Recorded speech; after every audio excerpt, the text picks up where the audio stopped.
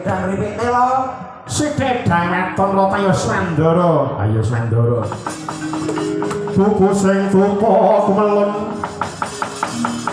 ngendhek tiasa ngabeke kawengku sagung jajan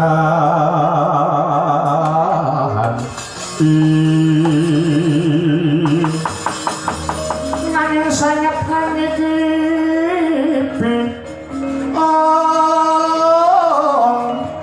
sang reksikane putra kang handuk saking Wiyadi lumerek kang wanci gelese wong kang munggel kawi sang Punta Dewa jumeneng Narendra wonten ing Purayagung negari Ngamarta ajejuluk sang Prabu Yudhistira Darma Kusuma guna talikrama ya sang Ajata Satru kabar sabar berbagi jagat minangka tandha syukur mringwanana Pandhawa sigra gelar tasyakuran agung sesaji Raja Suya sinebut kandha kang carita maksih tunggal critane beda panggonane ing papan wonten ing negari Magadaya ing negari Giribajra Sang Prabu Jarasandra sing pendhapi agung sarya kang abyor busanane nganti kadya lintang panjrina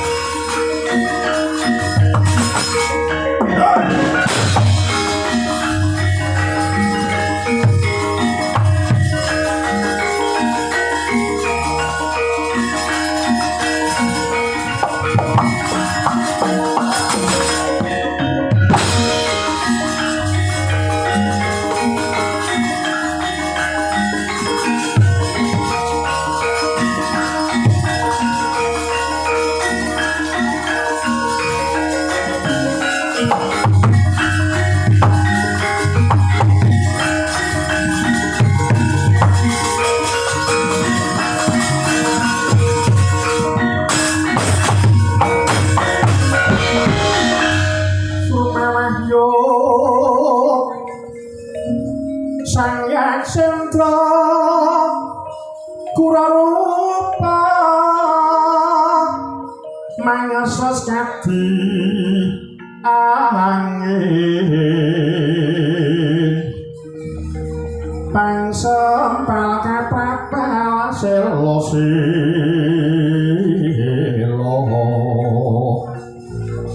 kaplosat satulu mayu mangungsi kakyat godho kang jaga-jaga bumi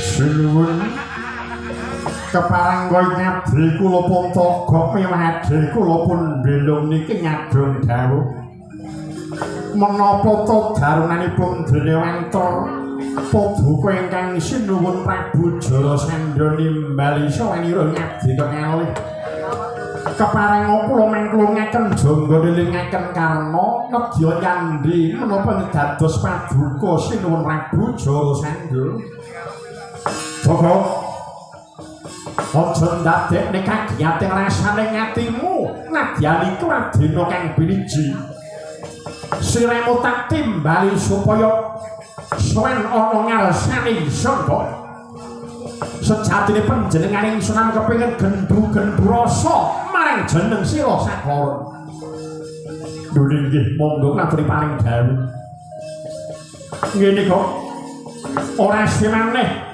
Prabu Jarasandha ku bisa dadi ratu kang kuncara ora semaneh panjenengan ingsun aku bisa nglakon kregem jagat nek kabeh mau ana syarat-syarat kang kudu ndak tindake apa yang dadi kayuwanku bisa wujud kalamunta Prabu Jarasandha ku bisa nindake upacara syukur kunjuk ana ngarsane dheweku Sang Hyang Batalodra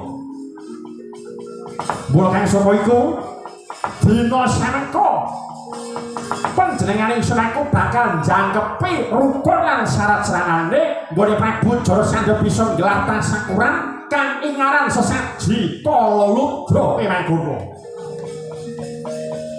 mula dina samengko aku bakal njaluk kepiye mungguh panemumu utawa dina samengko Prabu Jarasandha aku nggelar tasyakuran wujuding sesaji Kalaludra sinuwun nyuwun dedukan ingkang sakelangkungaken paripaksa dinten samangke kula badhe munjuk atur menawa Paduka ingkang sinuwun Prabu Jarasandha kepengin nggelar tasyakuran kunjuk wonten ngarsaning pangeran menika kemawon awit menapa niki nuwun sewu rasa syukur kunjuk dumateng Gusti kang murba jagat niku wajib tumraping umat gesang wonten ngalamadang awit sampun wonten dawuhing pangeran sapa sing gelem syukur yekti ing kono bakal suntim tambah nikmatku ning kosok baline sapa kang kufur yektine siksaku teramat pedhi niku dawuhing pangeran kados mekaten terutamanipun nyuwun pangapunten sinuwun ingkang nami tandha syukur dhumateng Gusti kang murba jagat menika wajib tumraping wong gesang wonten ngalamadang lah niki nyuwun pangapunten wonten ngajeng Paduka menika sampun paring dawuh Paduka Sang Prabu Jarasandha menika sampun paring dawuh dhumateng ingkang abdi Paduka badhe nggelar tasyakuran ning wonten syarat lan srananipun lah niki nuwun sewu tumrap agama menapa kemawon kapitayan apa wae nggelar tasyakuran iku mesti tertentu wonten adatipun menika wonten tata caranipun piyambak-piyambak niku ingkang badhe pun tindakaken menika nuwun sewu menika rukulan syaratipun kados menapa sinuwun awit menapa kula menika nembe mireng ingkang ingaran sesaji Kalaludra ngaten mila dinten samangke monggo ngaturi paring dawuh anggenipun gelar sesaji Kalaludra kala wau Sarat-saranipun menapa kemawon mbok bilih kula menika saged nderek bebantu dhumateng Paduka ingkang sinuwun Sang Prabu Jarasandha. Joko pun kowe tak kandhani ya, Kok. Rukun lan syarate nggone Prabu Jarasandha kelakon gelar tasakuran ing ngaran sesaji Kalawudra. Ingkang angka sepisan aku kudu ngumpulake ratu cacah 100 negara. Paduka ngempalaken ratu cacah 100 negari. Dasar wanyapa. Lajeng sakwise ratu 100 menawa kumpul ana negara Gili Bajra ya ing Magadha. Tumuli bakal kethok gurune. Tak sembelih siji bawa siji sawuse wae mangkono bakal tak cemplungaken geni saji. Sireng ratu cacah 100 negara bakal tak cemplungake ana geni saji pun njuk ana ngarsane deweku kula Sanghyang Bathara. Kuwi kaya mangkono, Bang. Mula saka iku dina samengko panjenenganing ingsun aku entuk ratu cacah 97 kurang 3 genepe dadi 100. Mula kok dina samengko ora coba ewang-ewang ana Prabu Jarasandha nggonku bakal bekakak wujuding ratu 100 negara. Lah niki sing kurang boten sarujuk nggih mekaten. Nuwun sewu menika. Menapa Paduka ingkang sinuwun anggenipun tumindak menika sampun dipun pentung ing kanthi jangkep. Dipun timbang ingkang kanthi traju, dipun saring ingkang kongsi lembat. Niki nuwun sewu lho niki. Dawuh Paduka ingkang sinuwun menika bener ning mlampah nur. Ketemu pirang perkara dene kuwi ndiri pandhakmu kang ngono. Niki nuwun pangapunten. Ingkang nami tandha syukur dhumateng Gusti sing gawe jagat menika pancen leres. Menika pancen bener. Ning carane panjenengan menika kleru. Luputku kapan ngene iki kok. Lah niki kula tak matur langkung rumiyin ning Paduka sampun ngantos duka sing kuwi. Tumrap tata cara wong Jawa. Tumrap tata cara tirakate wong Jawa niku wonten rong perkara, dalan kiwa kalih dalan tengen niku. Dalan kiwa karo dalan tengen lho nggih. Samengko jlentre kepiye kok? Lah niki nyuwun pangapunten kula pangatur. Dalan kanan iku laku brata sing tujuane nyuwun marang ridaning Gusti kanthi srana laku prihatin didukung nganggo nyiksa raga kanggo memulya jiwa. Niku dalan kanan. Contoh sing gampil kemawon kaya dene tirangkat poso Nabi Daud. Poso Senin Kemis, poso Mutih, poso Ramadan sembahyang ing wanci sepertiga wengi utawa sepertiga malam dariku. Nuwun sewu, senadyan to wancine rada suwe kabule ning bakal langgeng amarga sing dituju Gusti sing gawe jagat. Ning koso mangsulipun dlangkung kiring utawi dalan kiring. Laku brata kanthi srana gawe perjanjian utawa persekongkolan bangsaning rajaning jin. Mula saben dina kang ditemtokake kudu asok tumbal. Kudu dituku ngangge srana pecating sukma muncrating udira. Dasare mau pangorbanan sing gegirisi. Contoh kaya dene ritual pesugihan Memet ngirim santet loh brojo ngingu jenglot lan tuyul. Laku brata sing kaya mangkono biasane cepet kabule. Ning cacate ora langgeng trata mawa tumbal kang banget gegirisi. Merga sing dituju ora ana liya kejaba mung ratu ning demit bangsane iblis. Mula dinten sanangge sinuwun sampun cetha anggen Paduka memuji dhateng Sang Hyang Bathara wau. Tujuane mboten nyuwun dhateng Gusti sing gawe jagat. Ketitik anggenipun tumandang mawi srana pecating dada muncrating marus kados langkung prayogipun ngurungaken kemawon sinuwun. Jojo muntak lir kena Paduka yayasini bejojo kang maring wenis. Rata padone ladene trata cak ngundang.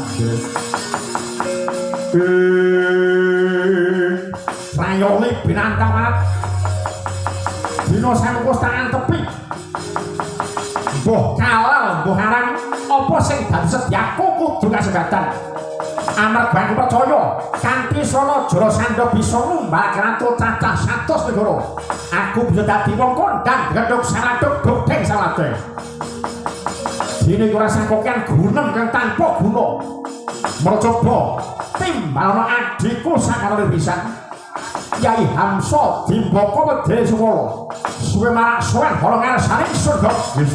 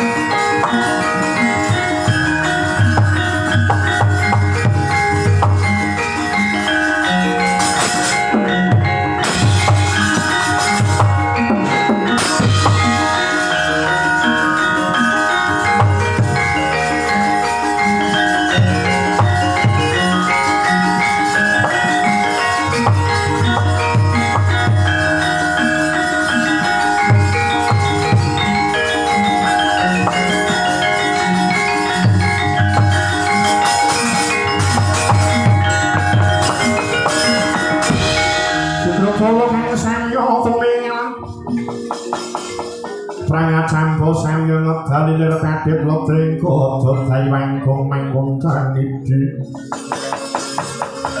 Bencang sanget sini jeladi nyohanget dali wuwus. Duh sinuwun kepareng ngabdi boto salim mbak kula pun hamusa nyadong dawuh. Menapa to daranipun Dripaduka animbali sumanira ngabdi. Kula pun hamsa sinuwun. Kula pun Dimbaka sinuwun. Kula pun Sukala sinuwun. Ora temengko abdiku sakatone pisan. Dina samengko maracaba genepana saracana nggone ingsun bisa nggelar tasakran agung sesaji Kaludra. Rangketen ratu cacah 3 siji negara Dwarati kaping pindho negara Mandura lan geneping teng angka 3 ratu negara Ngamarta kang dina samengko lakon tasakran agung jumeneng ratu ana ing negara Indrasta. Wanti-wanti sing dadi dawuhku yen nganti kowe ora entuk gawe cabare laku aja takon dosa. Kowe ratu terus sing tak nggo ijol. Nggih, sinuwun. Ngestaken dawuh kepareng apik madal persoalan bidal ditong samangki. Marcoba natapo bendhek tengara budal ing radio ngestaken dawuh sinuwun. Sang pati sigra anaka garis nyawiji kumolong dampyak gumregut lampahi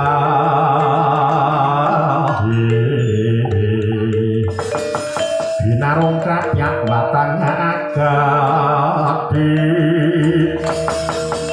kut melarang ngeboki kurangnya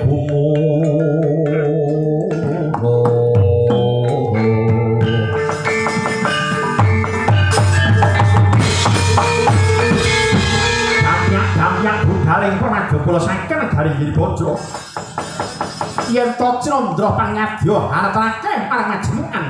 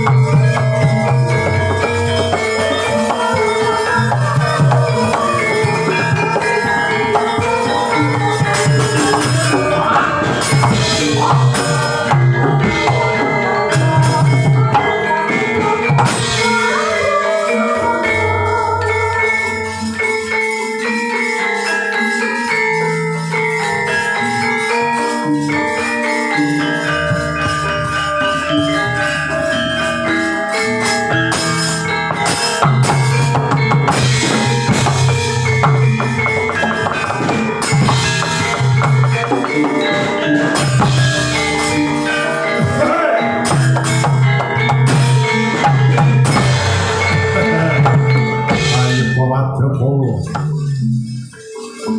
budal menyang tanah Jawa nangkep ratu cacah ijo ayo budal konco